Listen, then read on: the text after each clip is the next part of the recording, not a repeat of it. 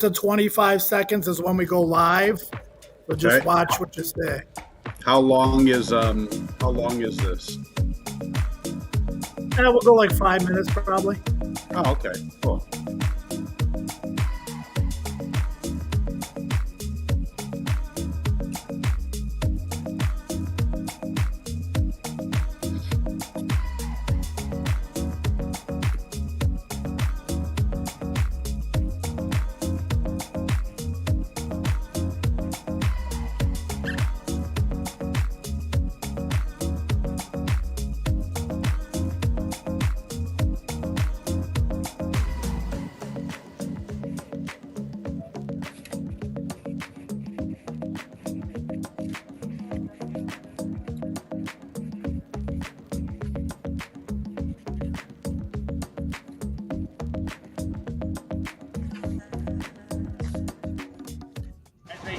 When it comes to horse racing, you can never have too much information. With TwinSpires, you can place your bets with confidence, whether you use handicapping insights like our Brisnet speed ratings, prime power and past performances, the guidance of our experts' top picks, or just choose a name that catches your eye. Yes! No matter how you pick your horse, bet with TwinSpires.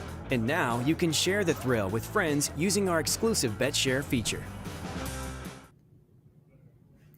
Hello, everyone. Joe Kristufek and Tony Calo for Churchill Downs and TwinSpires. Looking forward to an awesome Saturday coming up. It is Stephen Foster Preview Day. 11 races on the agenda, 6 of them of the stakes variety, including the Blame Stakes, which is the prep for the Stephen Foster coming up at the end of June. A phenomenal card from top to bottom. And as I welcome in Tony Calo, Tony, these are the big days that we get super excited about. Lots of opportunities, some star power, some prices as well.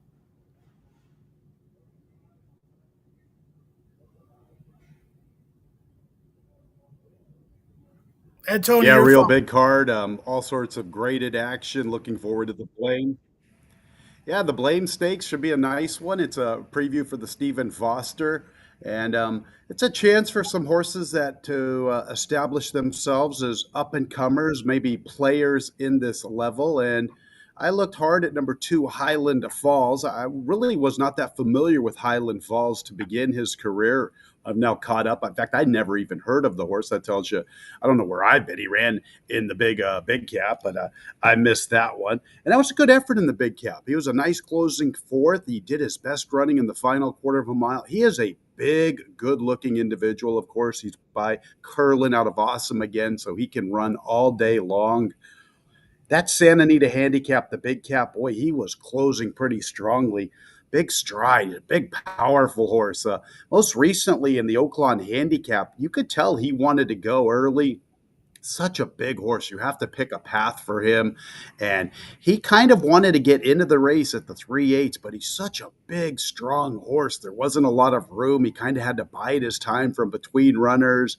And he was able to lengthen his stride beautifully in the final furlong. I think he's got a good chance. I didn't see a tremendous amount of pace. I mean, there's a little bit Frosted Departure. There's a couple other horses perhaps from the outside that could show some pace. I could see him being right there amongst the action, getting a good stalking trip in behind the leading group. And he's got foundation in his corner with the big cap, the 1.25 mile race recently, a 1.8 mile in the Oaklawn handicap. A nice work tab. He already has a victory over the surface. The price is light, but I think this could be his breakthrough party. This could be a race where he could announce himself as, hey, check me out the rest of the year. Highland Falls, my top pick in the Blame. Yeah, Tony. And Brad Cox has got first mission waiting for the Stephen Foster. So he's got Highland Falls up for this race.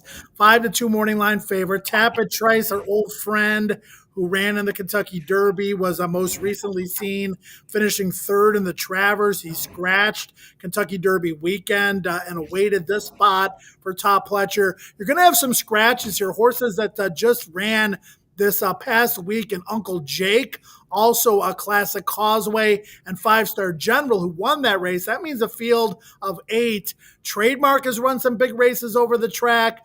Dreamlike finished second last out to Cagliostro at Keeneland. There are a lot of different ways to go in here, but you got Frosted Departure on the rail. I'm not sure about 9 furlongs for him, but he looks like he might be the controlling speed. So this is a fascinating race from a talent perspective and also from a tactical perspective. Yeah, I thought Frosted Departure had a long shot look. Anytime you can put a horse into play early, claim the early lead, I mean, hey, we see so many horses that win with forward positioning, and he should take advantage of his rail draw. He's really come into his own. 3 of his last 5 have resulted in victories. And I'll say this, on the 5th of May, he went over a sealed, muddy racetrack, and going into that affair, he had never run well on an off track. 6 starts with only 1 third place finish. So I give that victory a lot of credit, a big endorsement. I moved that race up because here's a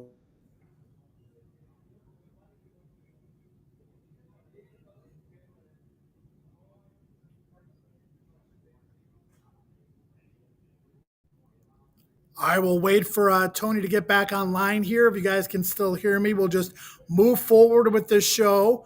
I want to mention the Keeneland race, the A other than on April the the one's a little 19th sneaky. with Cagliostro, Tony, and Dreamlike. I think those are 2 major players here coming up in the Blame on Saturday. Taking a look back to that Keeneland race on April the 19th. And, these are 2 horses that were coming off of layoffs.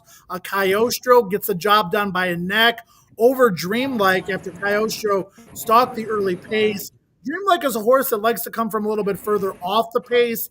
He was fresh. He was a little bit closer than normal. And this is a short stretched race. You see Cagliostro holding off Dreamlike here. I think both of these horses are major players moving forward. But I do think the 1.125 distance is going to benefit Dreamlike. This horse that is still eligible for an A other than, and Todd Pletcher thought enough of him late last year off the runner-up performance in the Pennsylvania Derby to run him in the Breeders' Cup Classic.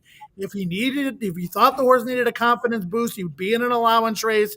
He comes right back in this race here today in the Blame, potentially with designs on the Stephen Foster. Pletcher also has a Tapatrice in this race as well. My long shot play, Tony, is going to be a Trademark. We've seen the best of him here at Churchill Downs, where he is 4 for 7 with earnings of $750,000. And his signature win, the Clark last year, 13-1, defeating First Mission. It was a battle down to the wire. Now, he did not run well in the Pegasus World Cup Invitational, did not run well in the Ali Sheba, but he had a nightmarish trip in the Ali Sheba. And quite frankly, Tony, there's not a lot of pace sign down here. Frosted Departure makes the lead. Trademark should have him in his crosshairs. Forced to potentially accurate Churchill Downs, hopefully on a fast track, make some noise once again.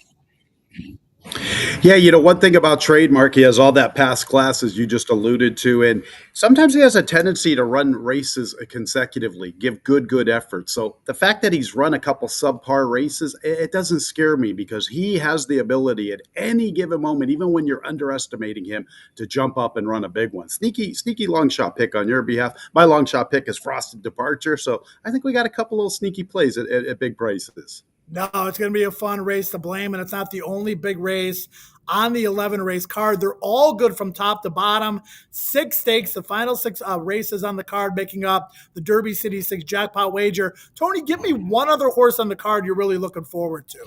Yeah, I've got a horse earlier in the card. I think it's in race 5. I believe that's the first allowance. Yeah, it's a 1 mile affair, and it's for 3-year-old fillies.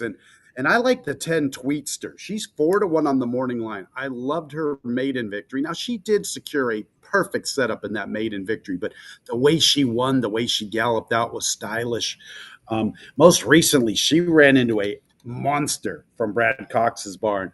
Almost Gone Rocket, fans. Put that one in your stable mail. You'll be hearing some big things from her.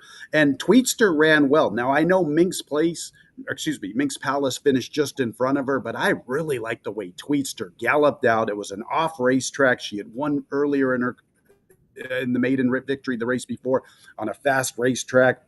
It was a big run. The gallop out is super impressive. I picked her last time, and I love to come back with my selections. Tweetster at 4-1, a nice price play for us on the undercard. All right, and for me, I'm going to go to the finale, the race after the blame, with Cameo Performance. And I think this horse is talented enough for a leading role. We saw the maiden victory last out, first off the boat, invading from Ireland. Cameo Performance was in the clear, but got beaten to the spot on the turn, had to wait, swing out 3 wide, and defeated a nice horse by the name of Greenlight, who came back to win by the length of the stretch in his next start. Now, this is a big step up for Cameo Performance into the Audubon Stakes Company for 3-year-olds going 9 furlongs, but should have no problem with the distance. I think he's ultra talented. 6-1 in the morning line could offer some value in a very contentious race. Cameo Performance for me in the finale on the 11 race Saturday card. Now we've got great promotions at TwinSpires, day in and day out. And the one that applies on Saturday for Churchill Downs is going to be the money back offer in selected races, 4 consecutive stakes, in fact, 7, 8, 9, and 10. If you bet a horse to win after opting into TwinSpires and they run second or third in the qualifying races, you'll get up to $10 back. Now, on Thursdays, every Thursday this meet, the Thursday leaderboard competition. It is absolutely free to play. Make sure you opt in at TwinSpires, and you basically earn points for betting horses, $10 to win. First, second, or third, whoever earns the most points will earn the lion's share of $2,500. Tony, any final thoughts? I couldn't be looking any more forward to Saturday. You just said it. I love stakes races, and we've got a slew of them on Saturday. Come on out, enjoy the card. It's going to be pretty cool. Stephen Foster, preview day coming up on Saturday at Churchill Downs. Make sure you watch and wager at TwinSpires.